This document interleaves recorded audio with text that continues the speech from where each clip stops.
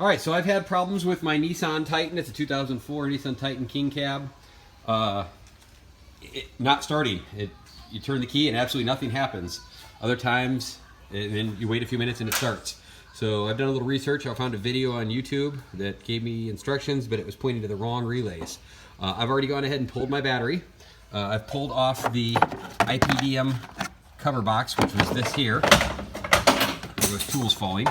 After you pull the box, then there's two little tabs right here and over here. What you do is you grab this with two hands. This kind of sits down in there like, down in there. If I can get it back down in there. There we go. And you grab those two tabs, pull that up.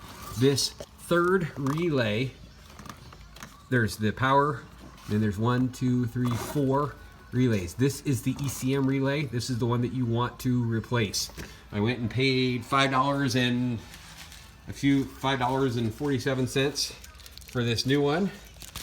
Here's the part number. It's a 284B7-CW29E.